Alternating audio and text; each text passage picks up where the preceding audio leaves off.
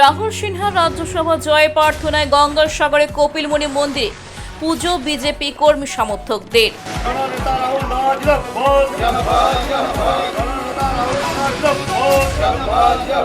भारत माता की भारत माता की जय श्री राम जय श्री राम। বিজেপির বর্ষীয়ান নেতা তথা রাজ্যের প্রাক্তন সভাপতি রাহুল সিনহা রাজ্যসভার সাংসদ পদে মনোনয়ন পত্র জমা দেওয়ার পরই দলের কর্মী সমর্থকদের মধ্যে উৎসাহের আমেজ ছড়িয়ে পড়েছে। এরই অংশ হিসেবে আজ গঙ্গাসাগর দ্বীপের মহামুনি কপিলমুনি আশ্রমে বিশেষ পুজো ও প্রার্থনার আয়োজন করা হয়েছে।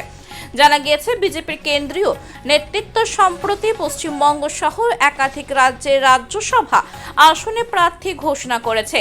সেই তালিকায় পশ্চিমবঙ্গ থেকে রাহুল সিনহার নাম অন্তর্ভুক্ত হওয়ায় দলীয় কর্মীরা এই পবিত্র তীর্থস্থানে গিয়ে তার সাফল্য ও মঙ্গল কামনায় পুজো অর্চনা করেছে।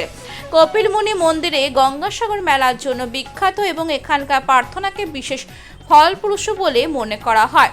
রাহুল সিনহা নিজে বিজেপি দীর্ঘদিনের সক্রিয় নেতা।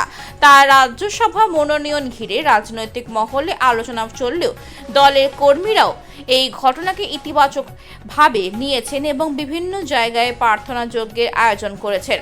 গঙ্গাসাগরে এই পুজো তাদের মধ্যে একতা ও আস্থার বার্তা দিয়েছে। বিজেপির সূত্রের খবর, এই ধরনের ধর্মীয় সাংস্কৃতিক কর্মসূচির মাধ্যমে দলীয় কর্মীরা নিজেদের মনোবল আরও বাড়াতে চাইছেন। রাজ্যসভার নির্বাচনের প্রক্রিয়া চলাকালীন এমন উদ্যোগ দলের ভিতরে নতুন উদ্দীপনা সঞ্চার করেছে।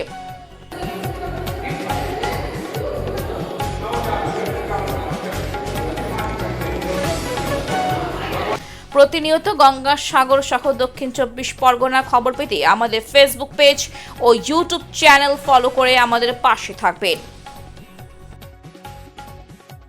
দেখুন, জননেতা রাহুল সিনহাজি রাজ্যসভার সাংসদ হিসাবে নমিনেশন করেছেন।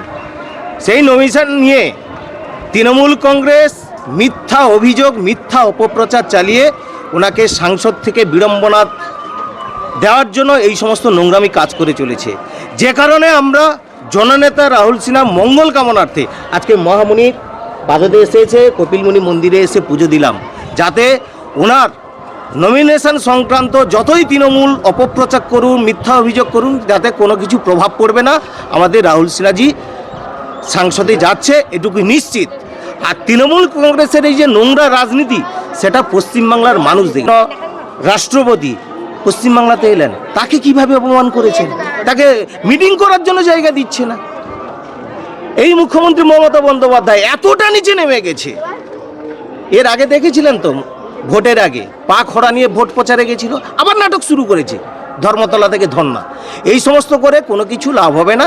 আর আজকে যতই আমাদের জননেতা রাহুল সিনহাজি নমিনেশন করেছেন, রাজ্যসভার সাংসদ হচ্ছেন, সেটা আগামী দিনে আপনারা বুঝতে পারবেন। যতই তৃণমূল কংগ্রেস নোংরা রাজনীতি করুক, মিথ্যা অভিযোগ করুক, তাতে কোনো কিছু লাভ হবে না। পশ্চিমবাংলার মানুষ বুঝে গেছে 2026-এর নির্বাচনে এই তৃণমূল কংগ্রেস নামক দলটা পশ্চিমবাংলা থেকে ধুয়ে মুছে সাফ হয়ে যাবে। আর এই নোংরা চক্রান্তের জবাব আগামী 26-এর নির্বাচনে বাংলার মানুষ দিয়ে দেবে। আপনার নাম আর পরিচয়? অরুণাভ দাস, মুত্রাপুর সাংগঠনিক জেলার সদস্য।